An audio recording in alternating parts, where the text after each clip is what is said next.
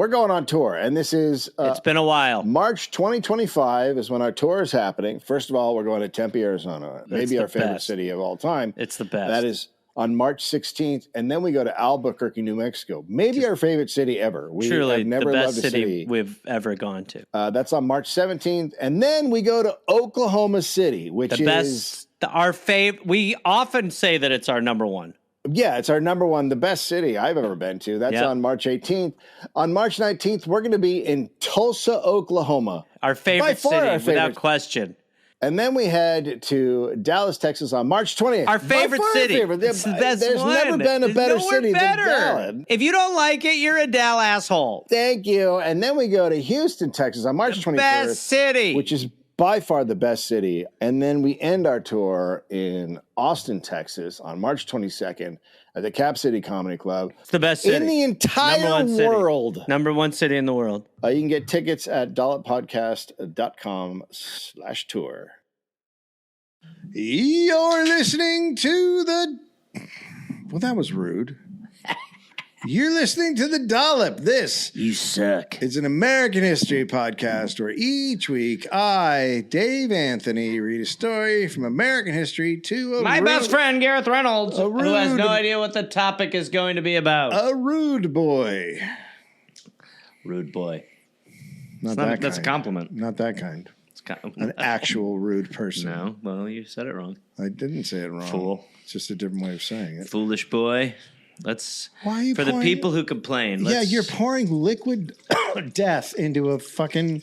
That's for that one woman who said that it was really hard to focus when we take sips of things. Yeah, she didn't like that. She didn't like that. But let's remind her that we're on 3 parts back to back. Yeah, so there's going to be some sipping. Some people are going to get hurt. Some people have to get sipped. Some people are going to get fucking hurt. What do you mean? That's what we're talking. That's what you're saying. You're saying, look, the 3-parters, so some people are going to get hurt. I didn't say that. Yeah, you basically said she's got to deal with it. She's going to get hurt. Well, I don't want to hurt her. Well, that's what you're doing. No, you cause her pain. No. That poor girl's dying. The woman from that? Yeah, the sounds. They kill her. She's just okay, isn't she? No, she dies. Oh, man. It is amazing.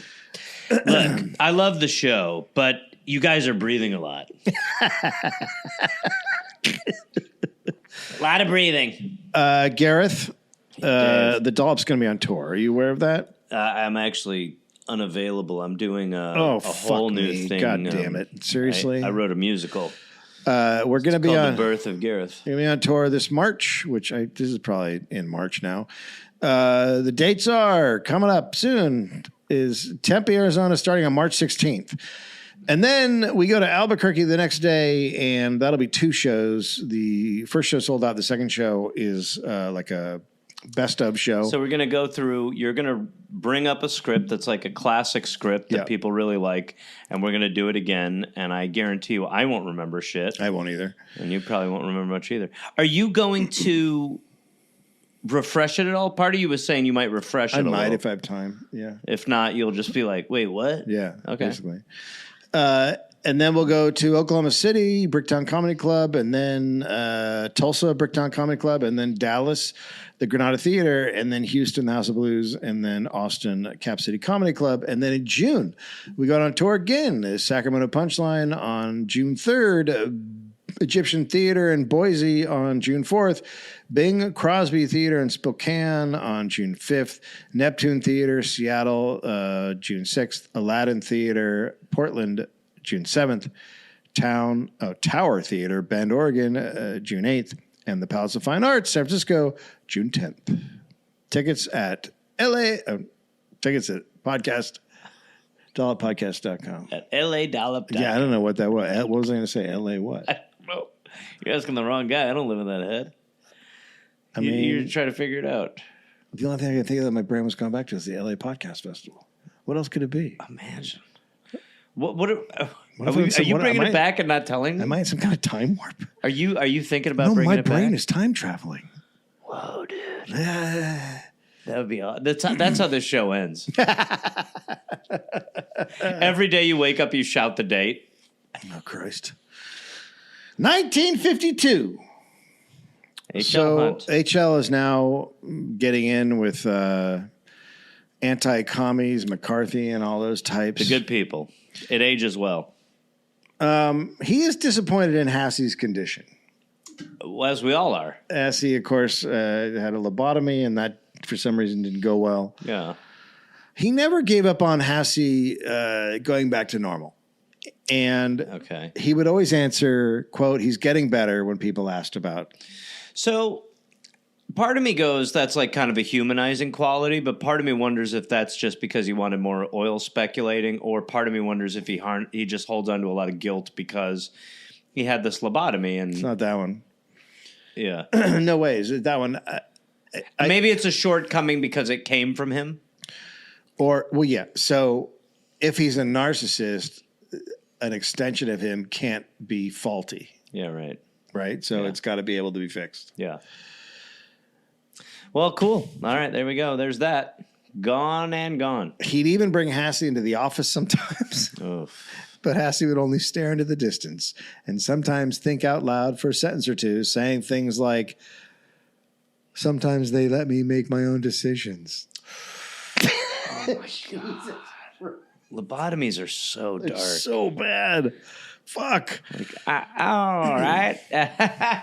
Well, Hassie, I think that was another one of those inside thoughts. Hassie wants sex now. Oh, right. Well, that's why we've got a crew of mates over at home, Hassie. Come on now, we're at the office.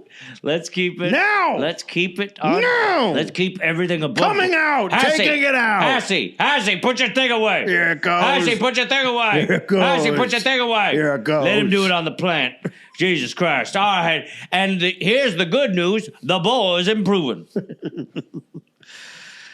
So he's still not getting better, even after HL paid to fly out an astrologer who he was sure would be the key to fixing his son. So I know what the problem is. It lives in the stars.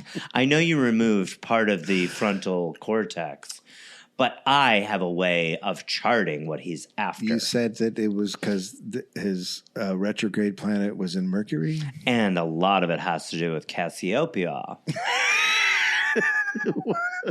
So what we're going to do is we're going to make a star map for him. Oh. And that'll be something he can put on his wall. And Hassie, that'll be great for you to look at and study. Well, fuck you. Okay. That'll change once we're able to put... That's part of the payment. That's part of the payment. I don't know if I understood that part of it. He has to now. Once he says it, he has to. Okay. I'm married. This is a job for me. I've done that. I've fucked around so many. Marriage doesn't matter. You fuck whoever you want. Oh, this room is comfy. I'm a astrologer. So the astrologer doesn't work, and HL decides he needs a new Hassie. And Hassie too. And Bunker's an idiot. That son's a loss. Yeah, Bunker's a dweeb. He's chubby too, which obviously takes him out of the running for anything. Lamar and Herbert are smart young men, but they're not Hassie. Even the handsome young boy Ruth Ray had given birth to wasn't a total match. What HL needed was an exact replica of his son, who physically resembled him most, the genius son that he put all his hopes into, even though he neglected him for years and years. He wanted science to help him create a replica of Hassie. Shut the fuck up. He's getting shit done.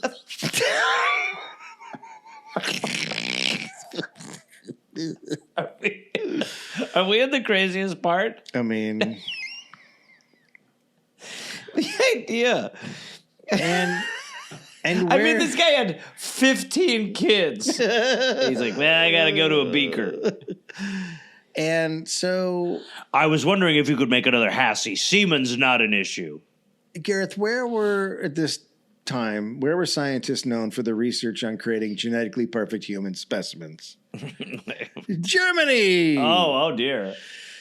So HL sends an assistant to Germany. We created an extra Hassie for you. We actually came up with 3.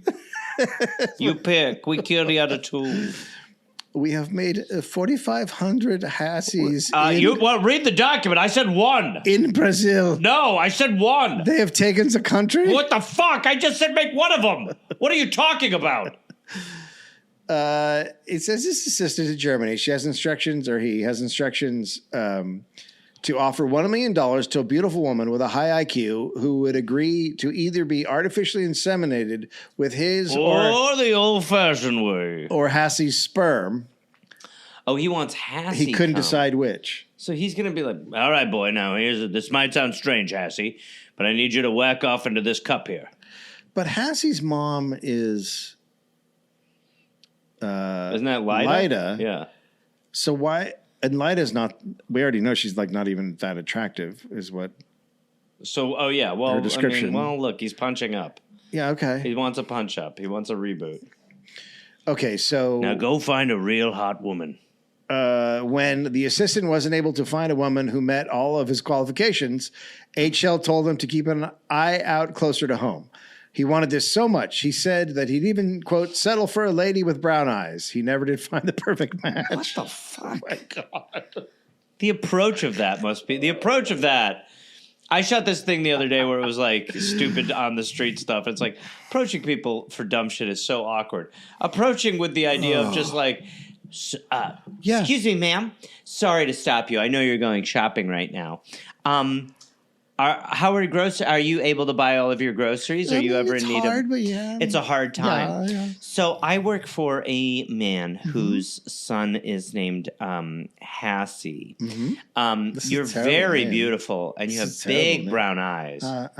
So we were looking to inseminate you artificially or the old-fashioned. Oh, sorry. I'm not. No. What? No. No what? No. No what? No, I don't want that.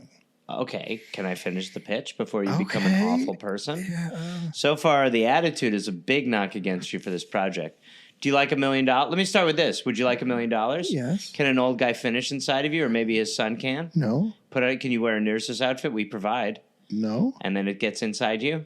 No. Will you see a baby to term if we decide that your IQ is past the bar of what we're after? No. How are your eyes naturally brown? Yes. Can we please have one of a father or a son or both finish in you, or one old-fashioned way, or we can put it in artificially. We can artificially, ma'am, we can put it in you without either one of their foreskins entering you. No, why would the foreskin? No. What part of the penis is the foreskin? Isn't that the meatus? Well, why don't you meet us in the middle and just say yes to a deal like this? Don't ever say meatus to me again. Why? I don't give a shit what character you're in. I'm still a character. No, you're not. No, it is a meatus. You're literally never It's a saying meatus. meatus on this podcast. Yes, I am. I'll say meatus over and over again. Shut it down! Oh, it's us. Let's call it the meet us and greet. After the show, dollopodcast.com. So you never found the perfect match, and which is also crazy. So now he's also running the Fax Forum. Remember the Fax Forum? Yeah. The conservative nonsense. HL was still focused on his war against poisoned food and water. Can we just say that it's awesome to be able to fight the battle of to be focused on the fact that you're looking for a new heir and you're just going to put either you or your son's semen in a stranger as well at the same time. You're also fighting the battle against communism. The Reds are coming at the same time. You're also fighting the battle of the Jews poisoning the food. Like that's a lot of focus. There's a lot of stuff. And at the same time, you're an oilman. There's a lot of stuff you got to do. But it's a lot. I mean, it's a lot of plates to spin. So he would have his own food grown on his land and mostly just ate raw vegetables, whole grains, nuts, and honey. He decided to share his idea of clean food with other Americans and formed the HLH Products. It would sell many different foods. But the label's just like, no Jews touched it. I wonder if this is Hunt's tomato. Ooh. He sold many different foods, but what HL was most excited about was his Gastro-magic. It's also very funny that you say that about Hunt's tomatoes because, as I told you the other night, someone close to us had a very bad reaction after eating a can of tomatoes. Yeah, he really did. I mean, on a level that was shocking. So Gastro-magic was a blend of vitamins and antacid, and HL swore by it and even erected a huge billboard for Gastro-magic on his front lawn. What in the fuck? Why there? Why there? Go to a freeway. What are you doing? Wow. Okay. But then neighbors complained and the city made him take it down. Yeah. Do you realize how obnoxious a billboard has to be if you're going after a robber baron? I mean, to go to a robber baron and be like, buddy, that billboard sucks. Yeah. I know you've bought everything around here, but please. He made his employees put Gastro-magic bumper stickers on their cars and paid for radio spots where he read out the lines, quote, "Hello, I am H.L. Hunt, the world's richest man, and these are Gastro-magic, which I make, so they must be good. Try some." Oh, that's right. Gastro-magic, available anywhere you get delicious produce. Gastro-magic has not been touched by or influenced by a Jew. Gastro-magic, you will not be poisoned, and your son will not become schizophrenic because he ate it. Gastro-magic. A little gastro-magic. Your life won't be tragic. Hunt's tomato sauce was made by in 1888 in Sebastopol by the Hunt brothers. Okay, different. Yeah. Thank God. Mike and Mark.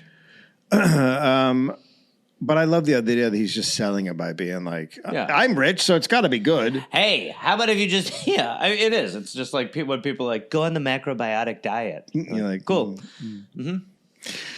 HL also began touting the benefits of an odd exercise he created called creeping. So I recommend everyone creep. This is where you stalk a woman.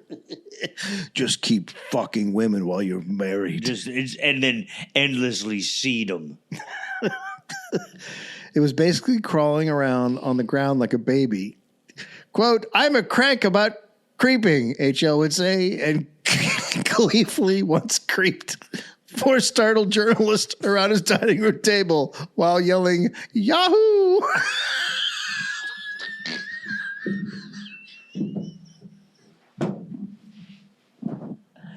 Oh, no. Oh, fuck.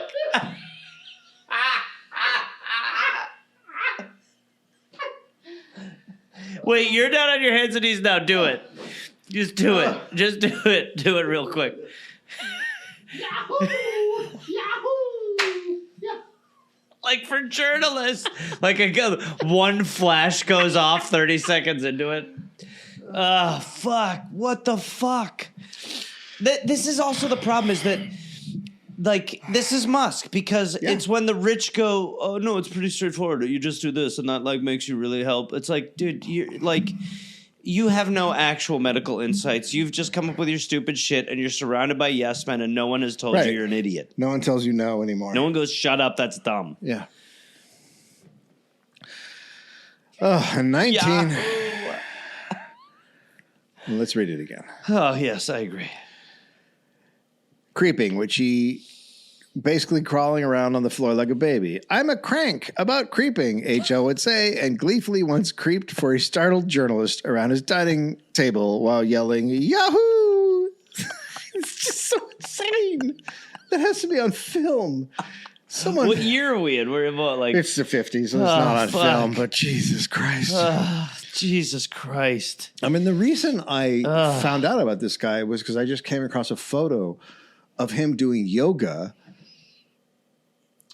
And it was like the richest guy in the world was like doing yoga or something. I was just like, what in the fuck is happening? Well, that is so much more normal than what totally you're normal, talking but it's about just now. not something you see. No. Well, that if I saw that, I'd be like, oh, cool. Well, I was That's just a guy who's like into Eastern medicine and, but a spiritualist. But you'd hope so, but no. But no, instead he was just like, oh, fuck, that's awesome. In 1955, tragedy struck the Hunts when Lyda suffered a massive stroke. HL chartered a private plane to fly the unconscious Linda to the famous Mayo Clinic in Minnesota, but they could not save her. 2 years after Lyda was buried, HL married Ruth Ray. Hey. So I like that he's capping himself at 2. Yep. Their children together were officially said to be Ruth's from another relationship who HL was happy to adopt. Oh, so they just wouldn't even admit that. Yeah.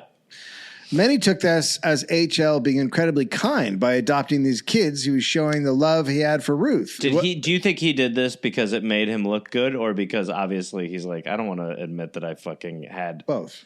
Yeah. Yeah. It wasn't until years later that it came out that Ruth kids were, in fact, HL's biological children. Yahoo! With his beautiful new wife at his side, HL's Fax Forum continued to grow. He held parties for right-wing politicians and famous anti-communist Hollywood stars like John Wayne and Pat Boone. Of course, John Wayne was there. But soon there was We've got to fight these commies. And part of the thing you've also got to do is bang as many women as possible. And punch him. And what? John Wayne? Oh, yeah. I should admit that I really lady. have no issue with physical abuse. Read that interview in Playboy or whatever. He didn't need to say it. He did it on set. Oh, I'm learning a lot about myself. Pilgrim. But soon there was a disagreement between HL and Smoot on programming for Fax Forum. In order to remain tax exempt, Fax Forum had to present both sides of the political coin. Imagine a time. HL obliged, allowing liberals to say their piece before ensuring they were slammed with an anti-communist message. Now, what about the, what is it, Fair Time or whatever? I think that's what it is, yeah. But That's does gone. that exist? That's gone. The fairness doctrine is gone. When that existed in the I last think Reagan 10 got years, rid of right? it. No, Reagan got rid of it. Oh, yeah. really? Yeah. No. Smoot thought this was stupid, and he said they should just stick to their own message and not let the other side have any airtime. In the end, the government said that HL's efforts to show both sides had been in vain and that the network was clearly partisan, one senator stating that it was, quote, neither fact nor forum. Once Fax Forum was subjected to taxes, HL fired Smoot and replaced Fax Forum with Lifeline, a new organization that was unapologetically right-wing conservative, or as HL preferred to say, constructive. Yep. Nice. Nice. Nice. Yeah, I like that. So they're going to tax us, just get rid of it and change its name. Yep. Yep. Well, I would imagine that tax exemption is huge. Well, but it sounds like this will be taxed, but he's just going to fucking lean into it now. And be like, And probably profit a lot off of that anyway, but that tax exemption is big. yeah. Lifeline also had a religious flavor that Fax Forum didn't. This was mainly due to Ruth's influence, who convinced HL to hire Christian fundamentalist minister for roles both on the airwaves and off, many serving on a board of advisors. So Ruth's fucking fucked. Yeah, and also So she was a mistress who started banging this guy at 19 to have his kids, was a mistress for a couple decades, and then marries him, but she's a Christian. Mm-hmm. Just so we're Yep. just Yep. That's well, I mean, again, imperfect messengers, Dave. HL, who was not a churchgoer, did not always get along with these religious men. He advised them that they shouldn't align with white supremacists, but nor should they shun them. Well, but I do think that's fair. I mean, leave the door open. It's like they're people too. Why would you?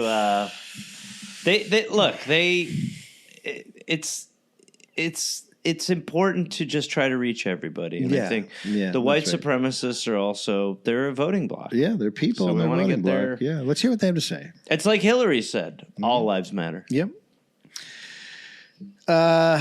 They should not support Jews, but they should compliment at least one Jew on air so they will not be seen as anti-Semitic. That's good to do, for sure. That's awesome. And now it's our positive Jew moment. That's right. This Jew comes from us, from Long Island, New York. Wow, have we got a Jew for you? Breaking Jews. If HL published something complimentary about a Jewish or black person, he'd carry the article around and whip it out when he felt necessary to prove that whatever people were saying about him, he was not an anti-Semite or a racist. Oh my God. He pulled out an article. It's like those guys who walk around with the articles, the Constitution in their pants or whatever. Yeah, the guys are like, what do you mean? Of course I love America. Look, I have a flag pin. But it's also remarkable because identity politics and they've outsmarted us were outsmarted us for like a decade where they were like racist. We got a bunch of black people in the cabinet. What about this article? Yeah, look. Yeah, the guy we got to drop bombs in the last administration was a black man. Racist.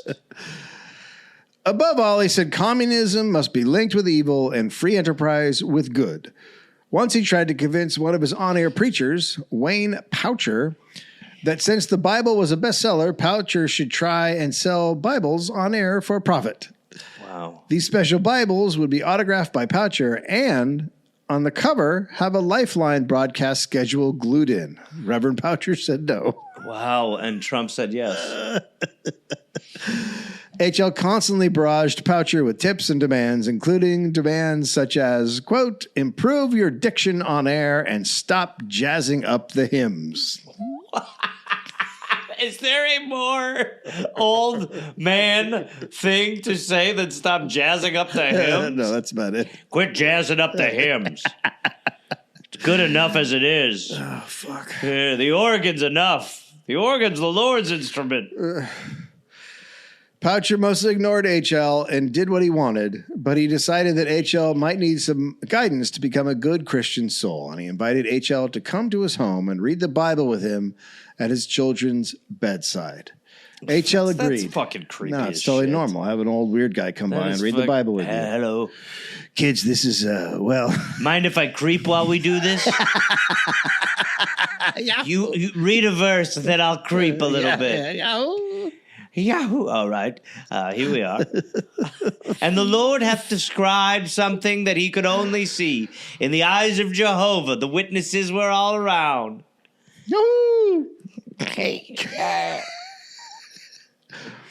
That's my Bible riffing, by the way. That's good. HL agreed. By the end of the evening, Imagine if you're a HL... kid. Fucking 60-year-old weird oil man by your bedside, like sitting on a stool. That's when I started having nightmares. And I'll read the next verse to you, Gus. Could I have a little more water? My mouth gets so dry. At the end of the evening, HL was on his knees in prayer, and tears are rolling down his face. Oh, boy. Oh, fuck me. No, we don't want this verse. No, this is like when the Hulk eats the electrical cables. Striking while the iron was hot, Poucher drove HL to his church that very night and tried to convince him to get baptized. HL told him he wanted to, but he was afraid God wouldn't forgive him for his sins until he'd done some good. Well, that part's true. Well, yeah. Yeah, he knows he's a piece of shit. Yeah, right. It's amazing. It wasn't until HL started attending church with Ruth that he really... I got one of the nuns pregnant. Sorry, I meant all. Sorry, I got all the nuns pregnant. It wasn't until he started attending church with Ruth that he really jumped into religion, or his version of it. Right. They went to First Baptist Church, the world's oldest Baptist church that boasted a ministry containing Reverend Billy Graham and HL's favorite, a handsome young preacher named Reverend W.A. Criswell. Criswell, like HL, saw Christianity and politics as totally fused, once saying that if he had a, quote, liberal hair on my head, I'd pluck it out. This was a religious take that HL could get behind, and on his 71st birthday, he was baptized by Criswell with Ruth and their 4 kids. I shot a load in the water. This is how we do it. The very idea of... It's so amazing when, like, fundamentalists or whatever, I mean, even, like, this separation of church and state was, like, a big component in all of this. Yeah, it used to be. And isn't that the founding fathers shit? Yeah, but, you know. I mean, but that was, like, part of... I mean, I understand we've abandoned everything, but it's the people who hold the Constitution in their pocket that fully ignored that part. Like, Tom Cotton has the fucking Constitution in his pocket. Tom Cotton is also, like, if Jesus were around, he'd be in the Senate. Yeah, they're liars. Well, they believe a different version of that. Yes. I don't know if they're liars as much as they are deluded. The line is really hard to track. Vague. HL and Chris all began working. I mean, if you're embracing Trump, it's like, sorry, what's your fucking? No, but he makes sense in a biblical yes, aspect. because they believe that he is in the Bible. Yeah, there's a guy just like There's in the Bible that was not religious. Flawed messenger who comes. Yeah, so it all makes sense. Yeah. And when I came, I didn't understand at first, and I ate a lot of Whoppers and I shot a lot of loads. Jesus Christ! But at the end of the day, The Dollop is brought to you by Squarespace. Squarespace, of course, an all-in-one platform. They help you stand out, succeed online, which you need. stop it. Doesn't matter if you're just starting out or you're scaling up your business, which is already doing great. You can take it up a notch. Squarespace gives you everything you need to claim your domain, showcase your offerings with a professional website, grow your brand, get paid, all in one place. We love Squarespace. We do, and you can tell we do because we have all of our websites with Squarespace. Everyone. Mine, Gareth's, we got the Squarespace. We got Dollop, we got Dollop Sources, we got everything. We're of in. them. They can take us down if they want. Wait, is that right? We're completely under their control. I had no idea that it was like that. I thought we were. Yeah. Oh, They're wait. doing great, so it's not a problem. I know, but still, that's a lot of power to just give to. They have all the power. Man, I still love it. Well, we really like Squarespace because it's super easy to use for dummies like us, particularly Gareth. They got really great looking templates, so you can make a really nice looking website. You can sell stuff on there. Gareth sells stuff. He sells words and shirts and stuff. Dates too. You can have a date with me. A date with me. I'll take your pet out for a walk. I do yard work. Whatever you want. I got that all through Squarespace. It's getting pathetic. So it's sad stuff. That was we took it in the dumps. But I'm gonna have some gin. We really enjoy Squarespace. You can do all kinds of stuff on there. You can sell your merch. You can put up videos. Head over to squarespace.com/dollop for a free trial. And when you're ready to launch, use offer code dollop to save 10% off your first purchase of a website or domain. That's squarespace.com/dollop for a free trial. When you're ready to launch, use offer code dollop to save 10% off your first purchase of a website or domain. Gareth, we are also brought to you by Rocket Money. Love it. Yeah, it saved us both money. You have subscriptions and you forget about them. And Rocket Money is like, hey, do you want to get rid of this thing? You signed up for a Penguin Cam, a monthly fee, and you go, I totally forgot about the Penguin. Well, that Cam. was when the mother was going to give birth to it, and I saw the birth. But now what am I watching? Now you're just watching a penguin, and they've gotten rid of the penguins. Donating to wildlife? No, thank you.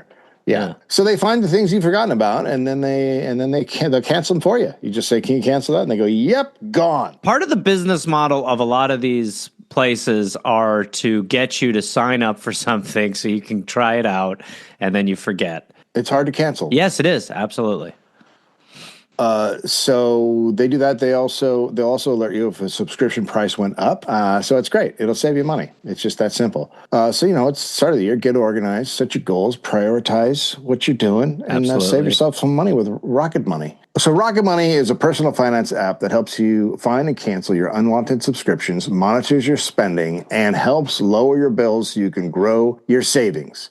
Rocket Money has over 5 million users and has saved a total of $500 million in canceled subscriptions, saving members up to $740 a year when using all of the app's premium features.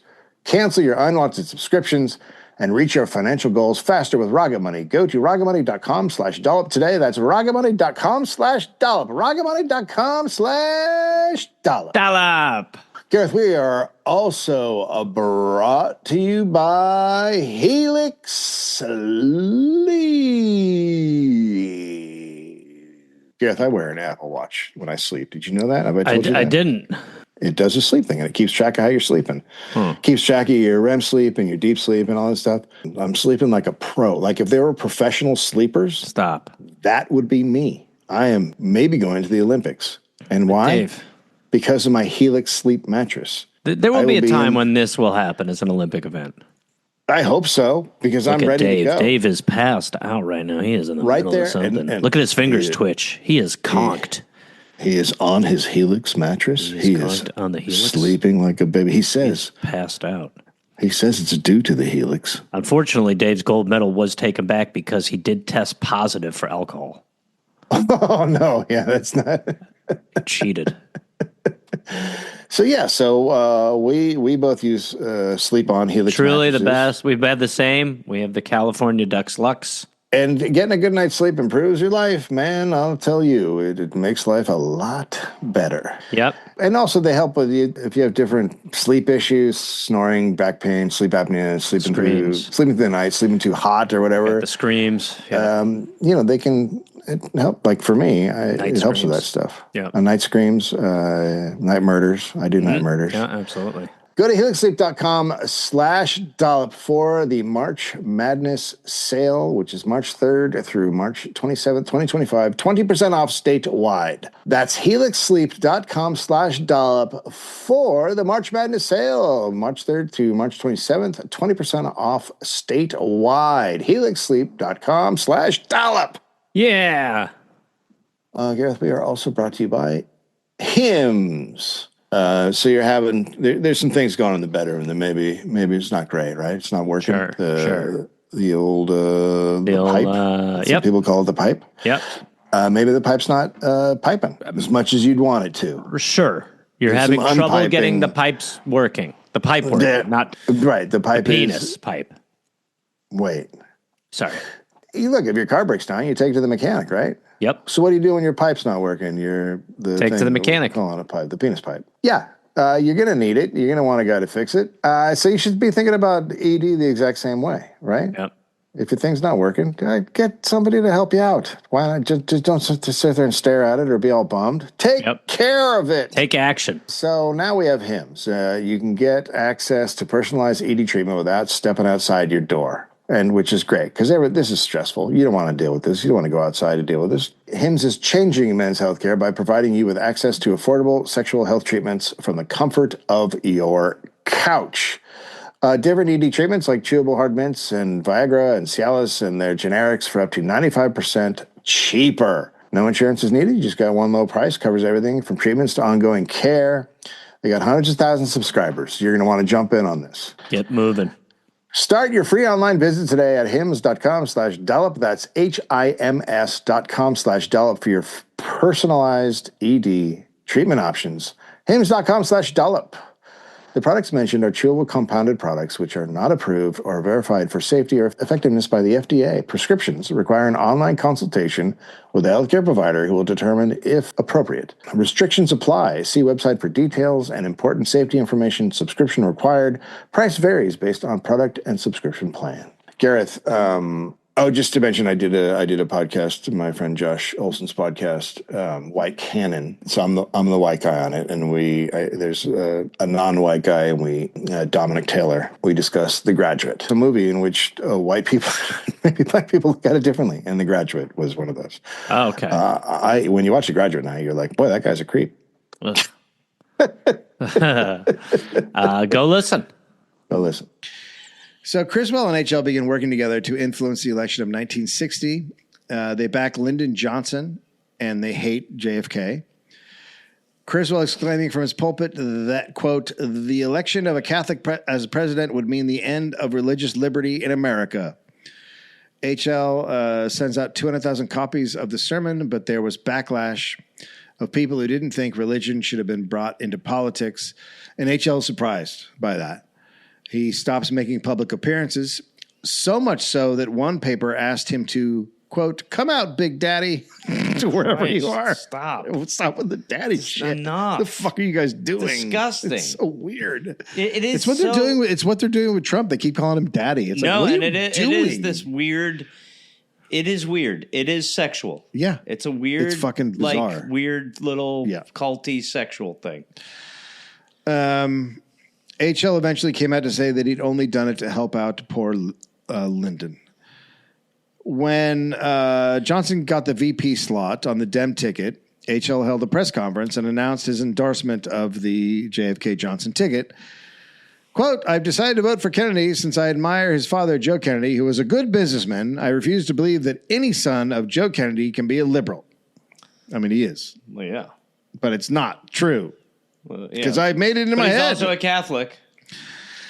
The National Democratic Party chairman then immediately came out and said that they did not accept HL's endorsement and wouldn't accept any money from him. See, now why the fuck can the Democratic Party of today not say that shit?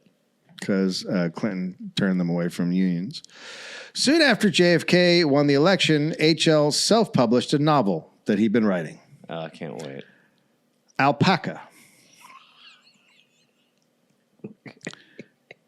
In the novel, Alpaca? in the novel, a nation called Alpaca gives the most votes to people who pay the most taxes. Why did he name it after alpacas? I don't know. That's super weird. There's got to be a reason. I don't know why. Yeah, but it's like you could call a country anything. Alpaca. It's strange. It was that or llama. I mean, it is. It's like what if a llama smoked weed? Alpaca. No one receiving government assistance could vote. When a reviewer chided HL for writing about a, quote, fascist democracy, HL wrote to the reviewer in earnest saying, "You are the only one who really understood what I was getting at." That is a crazy thing to say. That's so fucking nuts. You get me.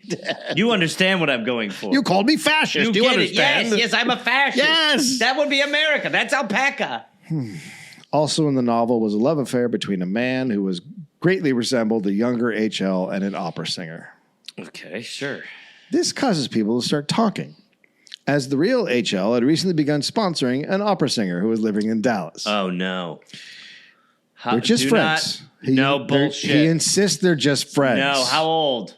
Still, How old? His interest in opera grew until he paid to stage a production of The Barber of Seville on the Dallas Fairgrounds. Oh, this is like what's the Orson Welles Citizen Kane, based on William Randolph. This is like that, right? Where it's like you are just like, well, you want an opera? I'm a weird old man with endless money. Did you see Melania's getting a documentary? Yeah, but that's $40 million. Yeah, but that's just it's a grift to make. It's like a yeah, I know. You're bribing. But it is like imagine. All these people are. I love documentaries. Yeah. I'll tell you what, there's not one I'm skipping by faster than the Melania documentary. Well, if they told the truth that you came here as a sex worker, then it would be a whole Dollop will be right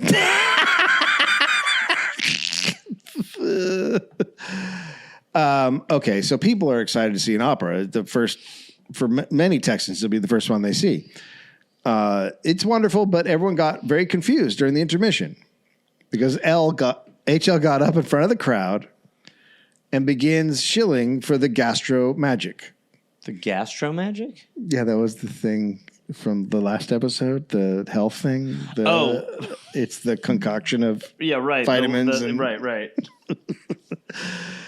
He had employees fan out through the audience and hand out samples as he read from a sermon that would soon feature on an episode of Lifeline. There are no lines. He has too much money. This is so Trumpian, though. Handing out, selling Gastro-magic. It is, it is like media chaos, advertising chaos. Just where we're nothing, like the way that, I mean, what was it? Sell steaks, sell whatever. Yeah, exactly. Yeah. When they were like Ivanka's handbags are like the best. That's what it is. While people enjoyed the opera, the commercial in the middle, notwithstanding, no one seemed to like Alpaca. So according to H.L. Hunt biographer Jerome Tusil, H.L., quote, began shipping huge boxes of the books to unsuspecting citizens all over the globe. That's fucking awesome. So college librarians, senators, political figures around the world, he's just like golden tickets, books. Where you just all of a sudden like, the fuck is this? Yeah, this is crazy. What's up? I guess it's about a country made of animals and like. Wait, there's a letter here. Dear reader, I think you'll really enjoy this book. H.L. Hunt? Not that oil guy? Yeah, but he's also into llamas now. Wait, what? And alpacas. I don't understand. He wants a country of alpacas. This book sucks. Let the alpacas lead us. I don't think that's what he's saying. I think so. I don't believe so. He wrote his own little jingle to the tune of How Much Is That Doggy in the Window, which starts off, How much is that book in the window? The one that says all the smart things. How much is that book in the window? The one that says all the smarter things. You're being sued. The doggy window people are furious. He had his daughters sing it at a book signing he arranged for himself. Oh, man. It's like... It is if, like, Rupert Murdoch fucked Trump. I mean, it's crazy. It's crazy. So, for some reason, it didn't help sales. Much money. It didn't help sales of the book for some reason. But what it did do was make HL look like a joke. Yes. Good. Political writer William Buckley, a one-time writer at Fax Forum, wrote, quote, "The capitalist cause would be greatly enhanced if H.L. Hunt was a socialist." Oh, man. That is so bad. That is so bad.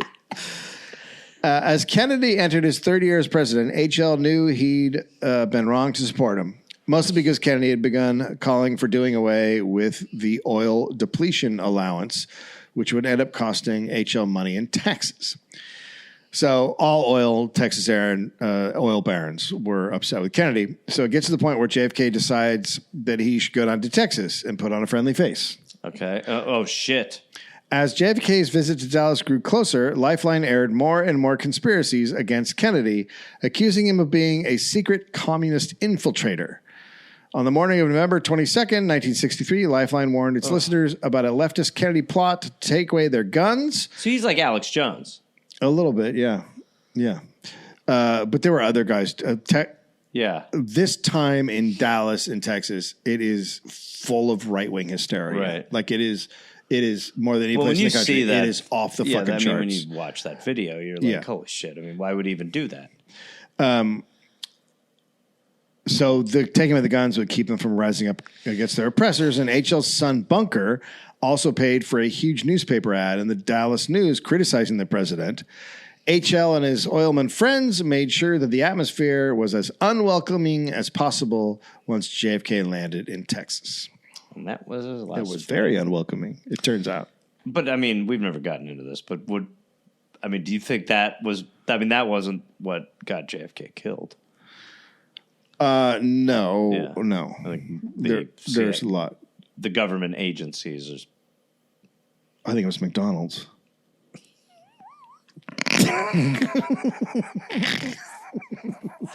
That'd be amazing. The Hamburglar, like steadying a rifle. Burglar, no. This visit to Dallas would obviously be the end for JFK. Yep. He was shot. And he wanted Johnson before this. Yeah, he wanted Johnson. So now he gets his guy. Yeah, he got Johnson. JFK was shot 10 blocks away from H.L.'s office. After his death, a senator in D.C. said to reporters that, quote, H.L. Hunt has to bear a lot for the onus because of the fanatical broadcasts he sponsors. If anyone was responsible, he is. Yeah. And we keep hearing that shit anyway. So Lee Harvey Oswald is arrested, and then he's killed by Jack Ruby. When Ruby's pockets were searched, they contained 2 Lifeline radio scripts. Oh, wow. When he was asked about them, Ruby said he'd gotten them in a package of HLH food. An Al package. It was also found that Ruby had visited the office of Lamar Hunt. Wow. Right before the assassination to drop off a woman for a job interview. Also weird. So a lot of people now blame HL for all the rhetoric that leads to JFK's death. Okay. And the FBI convinces him to leave Dallas and go into hiding. Okay. I got hiding pregnant. He goes to stay at the Mayflower Hotel in Washington, D.C. Nice and private. It's just, if nice anything, and hidden. Yeah, no, go to D.C. That's where, without question, that's where you can kind of be covert. So this makes him more of a target. It's so dangerous for him to be there that the FBI told them that it would just be safer to go back to Dallas. Okay. Yahoo! A security detail was set up around HL's home until he ordered them to leave. So now, as he's focusing more on politics, his HLH Products Food Company and writing an unsuccessful sequel to Alpaca. He wrote another one. Alpaca 2, the cleanup of one. Alpaca 2, llamas. Alpaca 2. I'm Peter Van writing another. Oh, that's awesome.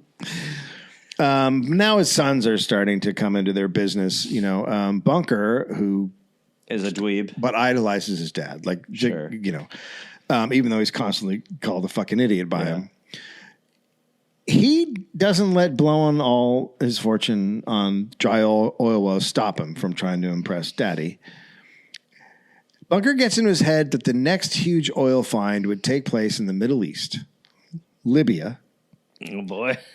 And using HL's contacts, Bunker is granted the drilling rights. Wow. To Libya.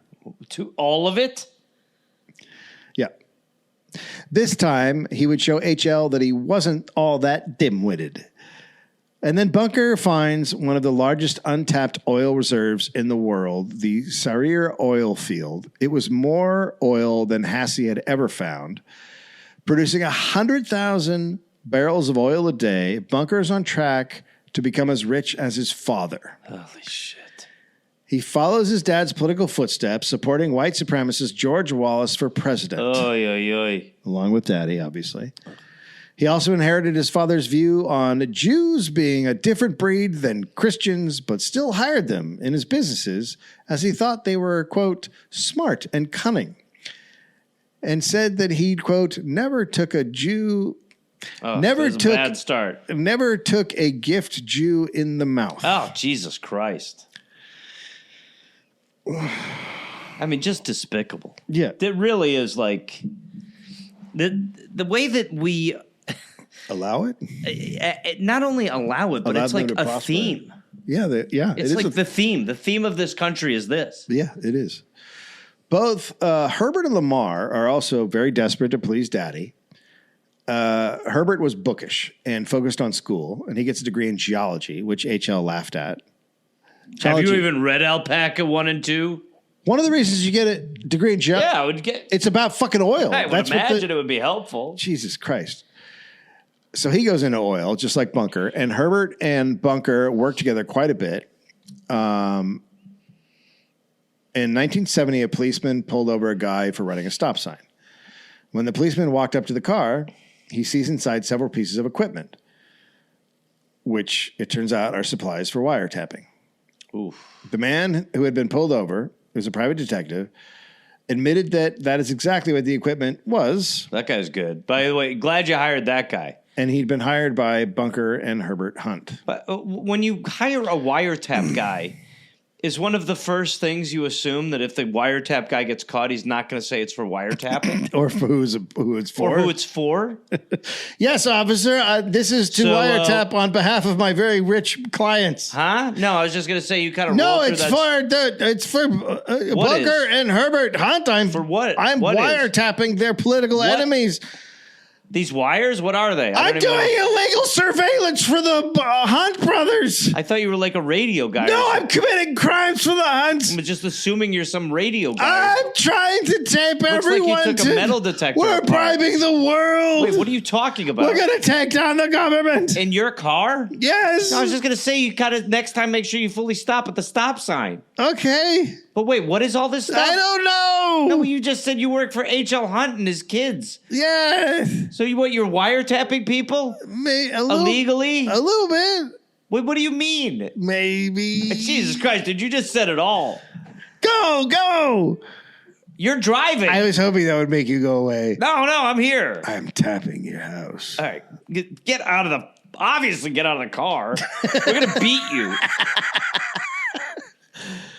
Okay, so Bunker and Herbert had the cop was unbelievably thorough. They'd used his services to listen in on phone calls made by top brass in their dad's Hunt Oil Company. You just get their own cousin. They're wiretapping their cousin. But this is it. It's like it just breeds the worst parts of you. It's a cancer. If they can learn what the top guy at their dad's company is doing, then they can make deals or whatever to impress their dad. But it is a money is a cancer on the soul of society. Yeah, it is. Without question. It's awful. They were also tapping HL's private secretary and possibly their half-brother, Ray. I was actually wiretapping myself, Dad. I got a lot of shit I can't on be myself. trusted. And by the way, here's a dossier of what I was talking about. Some of it's pretty scandalous. Bunker said that they only did it to protect their dad's money because people he worked with were stealing tens of millions from him. This is part of the advantage to having 15 children is that you do actually create this culture where your kids are like going to overly defend you because that's the only way to get a slice of your affection and love. Yeah. It's pretty cool. Associates at Hunt Oil said this was all absurd and that the only person stealing from HL was HL so he could pay less in taxes. The story of the Hunt brothers going behind the backs of the family and employees who had worked for HL for decades got so big that Bunker and Herbert ended up hiring a public relations specialist who quickly got them to pose for a happy portrait with the whole extended family, Ray included. Oh, my God. Unreal, man. Unreal. The wiretapping case would come to court 5 years later, with the Hunt brothers' main defense being that they didn't even know wiretapping was illegal. That's fair. We plead dumb as fuck. Hey, what do you plead? I'm a fucking idiot. I'm a Your dummy. Honor, quiet. Your Honor, the boys plead stupid. Your Honor, I don't know. Shut up. Your Honor. Your Honor, the boys are very stupid. Your Honor, I don't know. I mean, look at them. Look at these idiots. They're empty-headed. They Your were Honor. raised by a rich man who crawls around creeping, singing Yahoo. Your Honor. You're not allowed to raise your hand.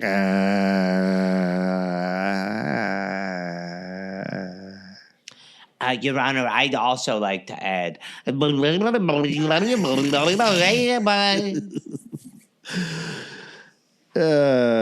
not a defense. You can't say you don't know a crime. That's not a defense. By the way, the new defense, I don't remember. That's what they always say now. Yeah. I don't recall that. I don't know. Maybe I did. I don't recall it. The president of the detective agency Bunker had hired to place the wiretap said he told Bunker in no uncertain terms that if they got caught, they could be in trouble criminally and civilly. So, wait a minute. When I got pulled over, though, I was thinking that I was basically, what should I have said? Should I have said no to them? I don't understand. The cop, he pulled me over. I didn't know what to do. I was in a panic. But the guy's basically saying that if his detective gets pulled over, that he's going to rat on him, which is what happened. Yeah. But also, why hire that guy? But can I also just say, like, if you have a bunch of wiretapping equipment, drive better. Don't look. Have your taillights we've all in driven order. with weed back in the day. Yeah. You hit every stop. Yeah, or a body. Or, Yeah. What's up? If you got a body in the car, full stops, signal when you turn right, the whole shebang. Make sure your brake lights are checked. I don't think we're saying the same thing. Don't let the blood drip out the back. The whole shebang. I don't know if. Why would you hire a wiretap guy when one of the guarantees is that he's going to tell on you? I don't know. Like, I'd be like, wait, what? I'll pay you more to not do that? Can you just be like, you work for the phone company first? I'm one of the richest guys around. Like, I have so much money. Can't, like, the first couple things you say be more like, I'm a wire fiend. Yeah. I love wires. It's for my girlfriend and I. I work for John Morse. Have you heard of ASMR porn? It's weird. ASMR porn. So Bunker maintained that he was being unfairly targeted by the feds. Hilarious. Because he hadn't allowed members of the CIA to use his business in Libya to spy on Muammar Gaddafi. Wow. Well, that guy will turn it. That'll be fine. He also believed he was being picked on for his conservative political beliefs. Ruth, stepbrother Ray's mother, even came to their defense and told the court, quote, I didn't do anything for them. So Bunker and Herbert are looking at 30-year sentence counts. Okay. There's 6 counts of wiretapping, so 30-year sentence. But in the end, the court decided that as they had been trying to help their father and didn't know that what they were doing was a federal crime, they would be acquitted. Oh, fuck me. Straight up acquitted? That's not a thing.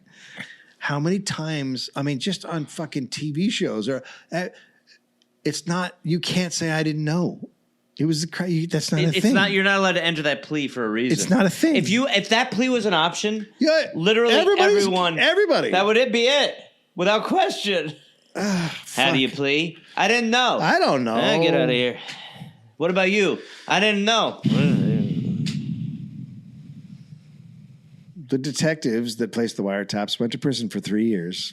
It's shocking. Shocking. This is just America in a nutshell. Yeah, it is. The rich have rules, and then you have some. Lamar was less involved in the business intrigue and became obsessed with sports. He is no athlete, but he loved to watch football. Okay. In 1959, 27-year-old Lamar created the American Football League with himself as my God. president. Wait a minute. Wait a minute. Yeah. Yeah, you know where this is going. He also created his own team within the league, the Kansas City Chiefs. Lamar, oh my God. Oh my God. But as much money as Lamar poured into the team, my God. They could not improve. I didn't even think about this. HL told his son that he was playing, not working, and it was reported that Lamar's team was costing him $1 million a year. But he stuck with it, and slowly the Chiefs improved. Lamar also bought a team in the North American Soccer League, the Dallas Tornado, and helped start the World Championship Tennis Tournament. In 1970, Lamar won his greatest achievement yet when his Kansas City Chiefs won the Super Bowl. Lamar actually coined the name Super Bowl, inspired by a toy his kids had been playing with, a Super Ball. He was instrumental in the merger between the AFL and the NFL in the same year. Oh, my God. Okay, listen to me. If you enjoy this show, take your glasses off. If you enjoy this show, if you like this show, we've done this with Coors. We've done this with many things. The Chiefs, you cannot support the Kansas City Chiefs. The name is disrespectful. Yes. The tomahawk chop that you continue to do despite Horrifying. the outcries of people who are offended by it for good reason. You continue to do it. Mm-hmm. You are founded on this. Mm. You cannot relocate your brain. You can't keep doing this. David Koechner. Huh? David Koechner. We love you. But stop it. But even Patrick Mahomes would say, look, at this point, I wouldn't even support us. I mean, we are founded like this organization is like flaming dog shit in a bag. It's so funny when they got rid of the end racism thing at the end of the you know what's a nightmare? Field, and it was Chiefs right underneath it. You're like, you're not any. You know what's a nightmare is I'd started doing stand up about how the NFL had painted themselves into a corner with that. Yeah. And like removing that was going to be really tough. Yeah. And then they did, and nobody really gave a shit. Cared. It was kind of the last remaining relic of the George Floyd murder. Yeah. It was like that was kind of the last one, and it kind of was so. It really was interesting to go like officially nothing changed. Yeah, that's right. Well, no, cops got more money. While his kids are out proving themselves, HL, who is now old, was becoming a bit more self-conscious. He became terrified of the idea that people would think he was a foolish old man and would frequently corner employees in the office and demand to know if they thought he was silly. Imagine a weird old man stopping you for that. Yes, you're doing creeping. Yahoo! Yes, excuse me. Hey, son, can I ask you a question? Yeah, go ahead. Yeah, you work at this company, right? Yeah. You come across a bit silly at times. Yeah, like a lot, yeah. You're fired. What? Get out. Oh, my God. I wasn't silly. Are You you were the silly. Are you the fucking emperor from Star Wars? Oh, I don't know it exactly, but I'm not that silly. You agree? Yes. Yeah. I can still shoot a load.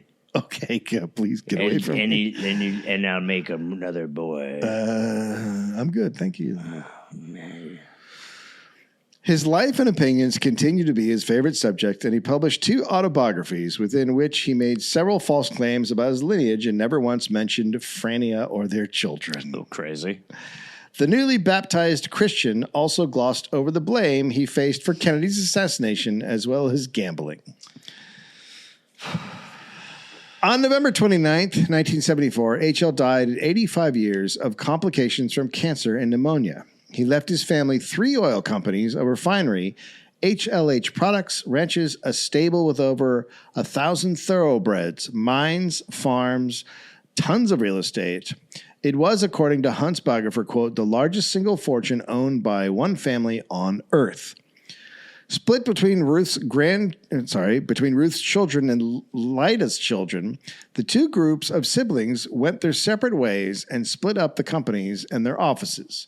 Bunker was especially annoyed that H.L. had left so much in the hands of Ray, as he was born out of wedlock.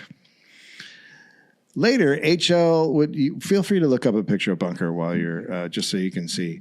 Later, H.L. would be the inspiration for the character J.R. Ewing of Dallas, the TV show. Wow. Bunker turned out to be more like H.L. than his dad would ever admit. He was a fundamentalist Christian, lent support to the John Birch Society. Oh, cool. Oh, my God. Yeah, real fucking... Ugh. Oh, Christ. He looks like a gross old Texas dude. Yep. Yeah. Groper. He was terrified of what he saw as the looming atheist takeover of America, and he always was looking for the next project. And one day, he decided that project would be silver. Bunker hired researchers to look into the silver market, and they told him that they believed silver would soon reach an all-time high price due to growing consumption and shrinking production. Bunker and Brother Herbert bought silver futures contracts, not too short, but to keep them for the long term. They were so afraid of the U.S. crumbling to atheistic influences that they were worried their paper money would be one day worthless. So now they're the right wing crazy conspiracy guys. Yeah, but they're Alex super Jones. rich. Yeah, right. Yeah. So they're going to get shit done. You got to drink this silver. So to preserve their wealth and power, they needed something like silver. And in 1973... We haven't even had a chance to grieve HL. No, we haven't. He's gone. Yeah. That's fine. In 1973, Bunker and Herbert took delivery of 25 million ounces of silver. My God. The Hunt brothers were obsessed with silver, and they discussed silver all day, every day, according to a colleague. Soon they had 55 million ounces of silver in their possession, almost 1/10 of the world's supply. Holy shit.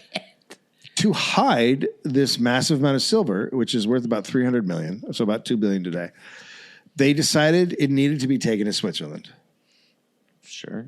So they hired 3 707s to take the silver to Switzerland and 12 cowboys to guard it. Look, I was going to let you just say details, but come on. Armed with lassos. So it gets to Switzerland safely. They almost ran out of space to store it. Word got out that a huge cache of silver was owned by one family, which causes a panic in commodities. It seems like one family is going to corner the world's supply of silver. Which is not great. So people all over the world start buying as much as they can, which leads to silver prices soaring. Oh, they soar. Bunker and Herbert are now thrilled, right? Yeah. And Bunker makes trips. But this is going to fall apart. Bunker makes trips to the Middle East and to convince sheiks and kings to start buying silver, which makes the price go up higher. Uh-huh. Margaret Hunt and silver bubble. Yeah. Margaret Hunt and several other members of the Hunt family are now annoyed with Bunker and Herbert's silver obsession, which they think is leading to them to neglect the oil business. What a beautiful family you've created. What a lovely group of people you've created. It's beautiful. They have so much money tied up in silver that the Hunts have been unable to obtain money for new oil leases. Oh, God. It's just, I mean, but we've all had that family dinner table conversation. Yeah, I mean, we've all been where you're kind of just going like, "Ugh. Honey, I'm worried we're neglecting the oil." Working with wealthy Arab partners, they hoarded enough silver to cause a real panic and artificially drive up the price. The Hunt brothers' attempt to corner the silver market made silver jump from $6 an ounce to $50 an ounce. Oh, my God. It's now so expensive that Tiffany's takes out an ad in the New York Times to shame the Hunts. Fucking, you got to be... You made Tiffany's mad. For Tiffany's to just be like, we are shaming you. Tiffany's? People begin melting down family silver to sell. Burglaries. We really are incapable of handling much. We can't handle the idea of money. We really can't. We can't process the idea that, but at least like silver is it's finite. So I'm not justifying this, but again, it's shiny. So it's like, who gives a fuck? It's actually nothing. There's no point to it at all. No, it's the money, the actual dollar bills is even dumber. Yeah. Because you're just kind of like this bizarre thing of like, I mean, it's just fucking we're just printing it there as much as you want as possible. Yeah. And yet everyone's life will be ruined over it. It's like, what's the difference between Bitcoin and silver? Silver is just a thing that we decided was valuable. Yes. Which is what we did with Bitcoin. Yep. And same with gold. Like, we just decided that was going to be more. Well, it was like, wasn't it when they just sort of, when the first time the fucking, the explorers or whatever, the fucking pillagers saw it? I think it has more scientific properties in a way, like whatever. What they were like able to build shields or some bowls, but still, it's not worth that much. No, compared to other. And I also think it was just that it was shiny. Yeah, I think that it was shiny, and they were like, pretty, "It's shiny, on the crown. It's pretty." Yeah, and then you're just like, "My wife wants it. Kill all these people." Yeah. So people are melting down silver. There's burglaries are increasing all over the U.S. And the brothers run out of liquid cash to buy more. So they borrow. So they're to out buy of more their silver. fucking minds. They're out of their minds. They borrow a lot. What are we talking? In early 1980, the Hunt brothers own 1/3 of all the silver in the world not owned by governments. Wow. It's worth tens of billions of dollars. Wow. After seeing what the Hunt brothers are up to, Commodity Exchange Incorporated, COMEX, introduced Silver Rule number 7. This made it much more difficult for the brothers to borrow from brokerage firms in order to buy silver. Banks pull back, and the Hunts begin struggling to meet their margin calls. Then silver prices begin to dip lower. And on March 27th, 1980, which is a day that would become known as Silver Thursday, the inability of the brothers to meet a margin call led to the price of silver plummeting to under $11 an ounce. Their assets in the billions the day before now cost them billions in debt. Not only were Bunker and Herbert now bankrupt, their scheme had put several banks in danger of going bankrupt. There's some good news. To stop this from happening, the Hunts were given a $1.1 billion line of credit so that they could meet their margins. Of course. Yeah. Why? I mean, why? Well, because their gamble is so huge that now it can take down banks. So yeah, they why not just give the money to the banks and fuck the Hunts? Yeah. Also, it's like you got to just eventually just be like, hey, you made poor decisions. I'm sorry. This is bad. But it's not only the silver market that the Hunts have to worry about. Oil? The price of oil was dropping, and they neglected their oil business as they were going after silver. By 1988, the brothers had declared bankruptcy and were in order to pay tens of millions in fines. Bunker, quote, "$1 billion ain't what it used to be." Dude. What? That is Okay. You get it, though. In 2008, I remember hearing a comedian say $1 million isn't what it used to be. Yeah. And that felt difficult to hear. Mm-hmm. Hearing that in 88 is so fucked up. So this is all really embarrassing. Yeah, I was going to say. But here's the cool thing. The government. Their trusts are all safe from litigation, and they remain some of the richest people in the U.S. So you can only... You can't sue their... You can only take so much, yeah. Why? I don't know. Well, because the richer have moated their money. All of HL's children with Lyda and Frania have since passed away, but his 4 children with Ruth Ray are still living. After Lamar Hunt died in 2006, his children remained the owners of the Kansas City Chiefs, and the current CEO is Lamar's son Clark. Hunt Petroleum, which was co-owned by Margaret and Hassie's estates, sold for $4.2 billion in 2008. Margaret died in 2007 and Hassie in 2005. Caroline Hunt founded Rosewood Hotel and Resorts before dying in 2018, and Bunker passed away in 2014 and Herbert in 2024. According to Forbes, the family is worth $24.8 billion.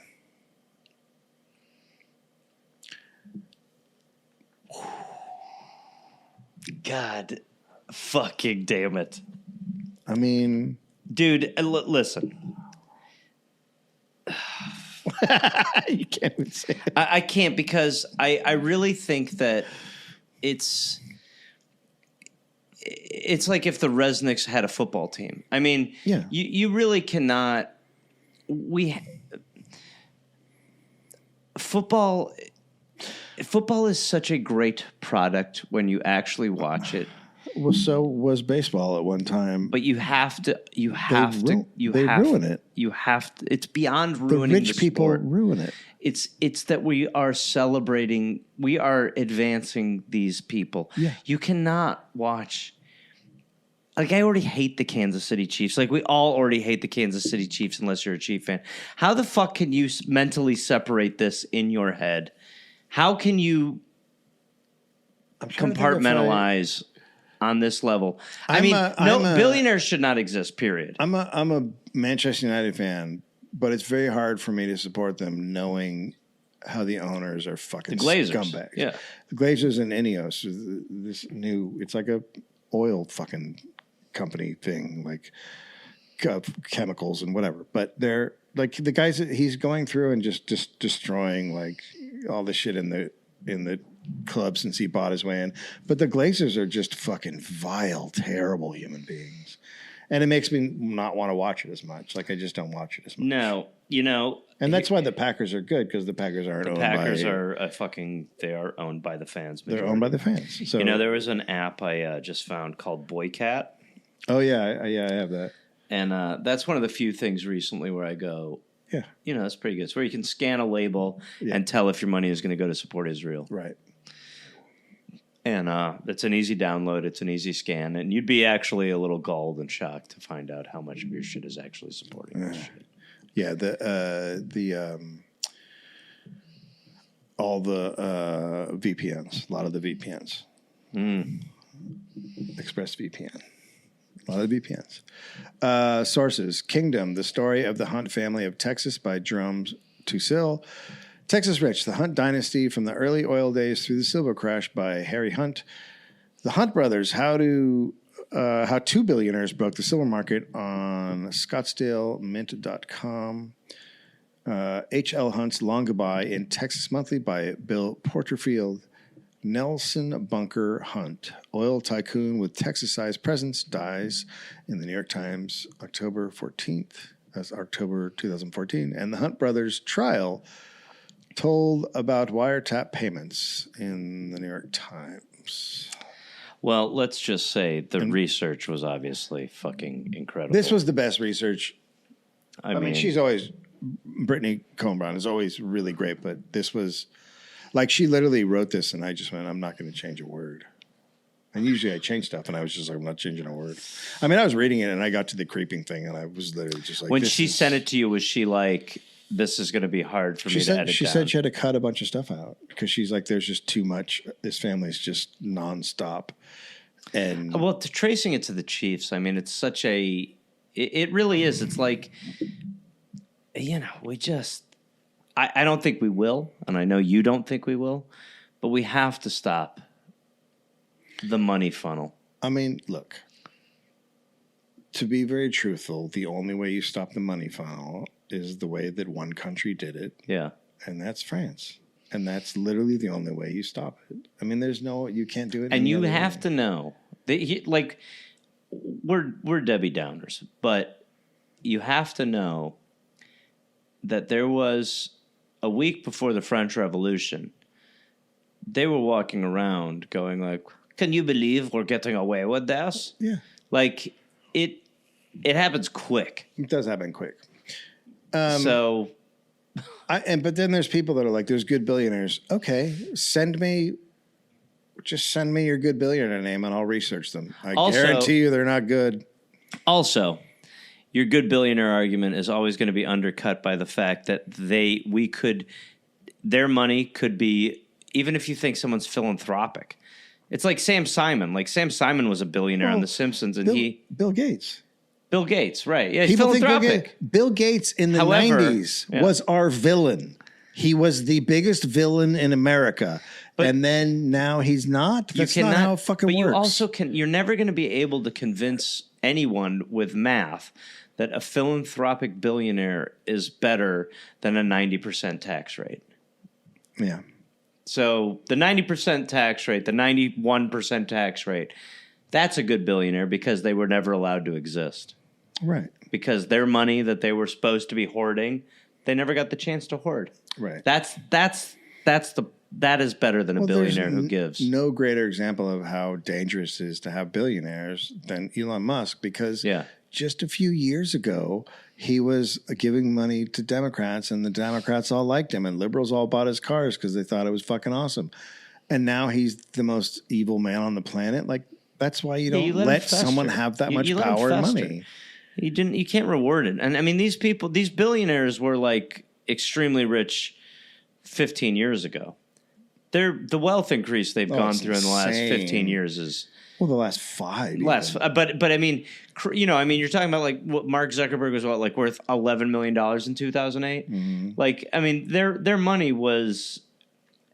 They should not have been allowed to have that. Yeah. But because they were allowed to have that, they're now allowed to have this. Yeah. And you can't walk around the streets anymore and say, boy, how do we solve these fucking problems when you're allowed to have Musk, Bezos, have Gates. That much money. And just Zuckerberg. Take the fucking money. You want to solve all these problems? Take their fucking money. Take the fucking money. Take their fucking money. And why you cannot? You have a co-opted government, and you do not even have a government. Right. If you sit there and you say, "Well, how do we get it back from?" Should not be your job to go and get this money back from these fucking people. But if they're going to make the public do it, then that is going to happen. If you insist, this will happen. Yeah, it's only a matter of time before. I don't know what it'll look like. I don't know when it'll happen. It ain't going to be good. But it's going to be brutal, horrible, and they are armed to the fucking teeth, and they know it. Not only do they know it's coming, they are paranoid about it coming. Oh, yeah. That's one of the reasons they're doing this. But there you go. The stuff that Musk is doing right now in government is, even if you think this is cost cutting. It's so funny that people think it's like saving us from corruption when it is the most unbridled, insane corruption run that has The problem ever is happened. that they're never going to go, oops, that was bad. Yeah. They're going to believe a different fantasy that'll solve it. Yeah. So you're just going to keep following different fairy trails until you realize, oh, God, I'm eating dirt. Yeah, and if you think billionaires should exist, then just go fucking suck on a boot for 20 years. Shocking to me that can at times be a controversial statement. It's insane. They should not exist. It's insane. They should not exist. And if they exist and they want to exist, they should be locked up. Uh-huh. It's a mental disorder. That's who you lobotomize. That is who you lobotomize. Yeah. You lobotomize people like Elon Musk, and you put them near a window in a wheelchair to watch birds. Yeah. Anyway, this is going to get us locked up in Guantanamo. Yeah, whatever. At least his dick doesn't work. Elon, your dick doesn't work. Oh, hey, dollheads. This is Gareth, part of the Gareth Force. Listen, you're part of the Gareth Force. Go to GarethReynolds.com if you want to see me on the road doing stand-up. You could find me in Brea, California, February 7th, Eureka, California, for 2 shows, February 11th at Savage Henry, San Francisco, February 12th, Sacramento, February 13th. Then I'll be in Naples, Florida, March 24th, Charlotte, April 13th, Raleigh, North Carolina, April 14th, April 15th. I'll be in Virginia Beach. April 16th, I'll be in Richmond, Virginia. Then I will be in Lutherville, Timonium, which is close to Baltimore, I believe, at Magooby's Joke House, April 17th through April 19th. Then I will be in Winnipeg, May 29th through May 31st. Go to GarethReynolds.com for tickets and information.